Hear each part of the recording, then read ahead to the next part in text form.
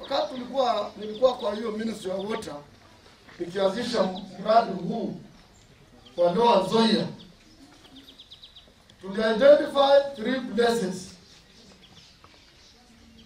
za kujenga dams.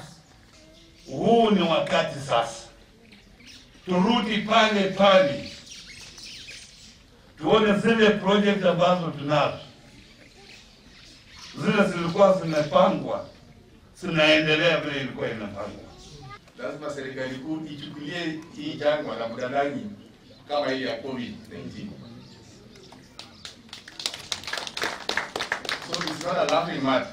Ndio tunasema wewe uanjaza ukiwa kwa bunge huko, ikiwa mna allocate pesa kwa COVID, mjue India is worse than COVID. Ile shida tulikuwa tunafikiria ni Budalangi. When we didn't speak, now we are speaking in Kakamega sababu tunaelewa mafuriko ni nini. Bungoma sasa tunasikia uchungu wa mafuriko. Trans Nzoia kuna shida kubwa, ukienda na Manjalala iko shida huko, people have been displaced.